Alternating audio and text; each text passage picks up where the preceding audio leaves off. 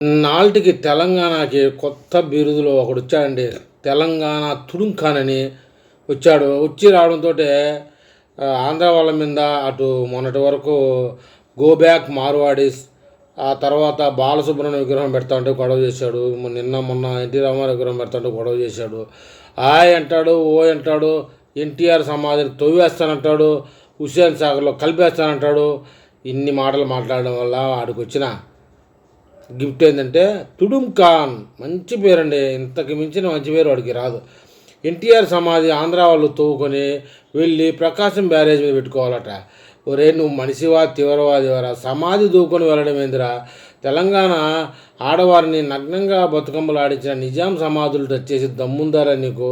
నువ్వు మనిషివైతే నువ్వు జపం చేస్తున్న తెలంగాణ వాదం నువ్వు నిజమవుతే నువ్వు నిజాం సమాధి తవ్వేయాలి. ఈ పాటికి తెలంగాణ సమాజం బానిస బతుకు బ్రతికి వేల మంది చనిపోవడానికి కారణమైన వాడు నీకు వాళ్ళకి దేవుడయ్యాడా అని చెప్తున్నారండి.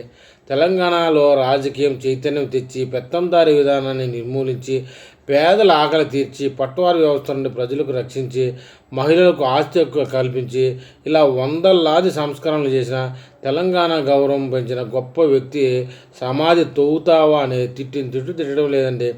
ఎవడివిరా నువ్వు? ఎవడరా ఇచ్చాడు నీకు అధికారం?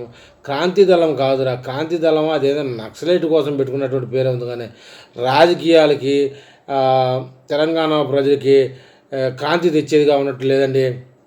బెదిరింపులతో దోచుకునే దండుపాల్యం బ్యాచ్ నీది అని చెప్పేసి ఎవడి కళ్ళలో ఆనందం కోసం, ఎవడి ఎంగిలి మెతుకుల కోసం నువ్వు చిల్లర మాటలు మాట్లాడుతున్నావో జనాలు తెలుసుకోవాలని చెప్తున్నారండి. బతుకమ్మ పేరుతో దోచింది ఎవరు? కాళేశ్వరం పేరుతో దోచింది ఎవరు? ప్రాంతీయవాదంతో దోచింది ఎవరు? ఉమ్మడి ఆంధ్రప్రదేశ్ మొత్తం దోచిన సైకో జగన్ కోసం నీవు ఈరోజు నీతి సూత్రాలు చెప్పడం పెద్ద జోకేని అంటున్నారు.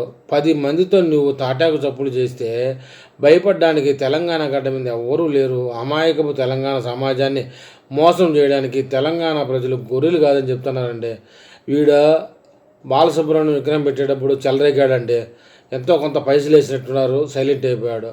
మార్వాడి గో బ్యాక్ అన్నారు, అది ఏమైందో తెలీదు. నిన్నగాక మొన్న అండి మంగ్లీ మీద దాడి, ఆస్తులు అన్నారు, కాజేసామన్నారు, కేసులు అన్నారు. ఏమైందండి? చల్లబడిపోయింది. మంగ్లీ విషయం ఏమైంది? ఆ సుబ్బారావు ఏమైనాడు? ఎవరు 2-3 చంపేశారండి బాధితుల పేరు మీద. ఆ కథ ఏమైందో ఇంతవరకు తెలియదు. మళ్ళీ ఈరోజు అమీర్పేటలో ఎన్టీ రామారావు విగ్రహం పెడతా ఉంటే దాన్ని అడ్డుకోవాలని చూశాడు.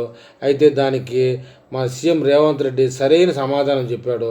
కుక్కురు మనకుండా కిక్కురుమైన పేర్లో ఉన్నాడండి వీడు. మరి ఏందో తుడుంఖాన్ అంటే తెలంగాణకి వీడేనండి.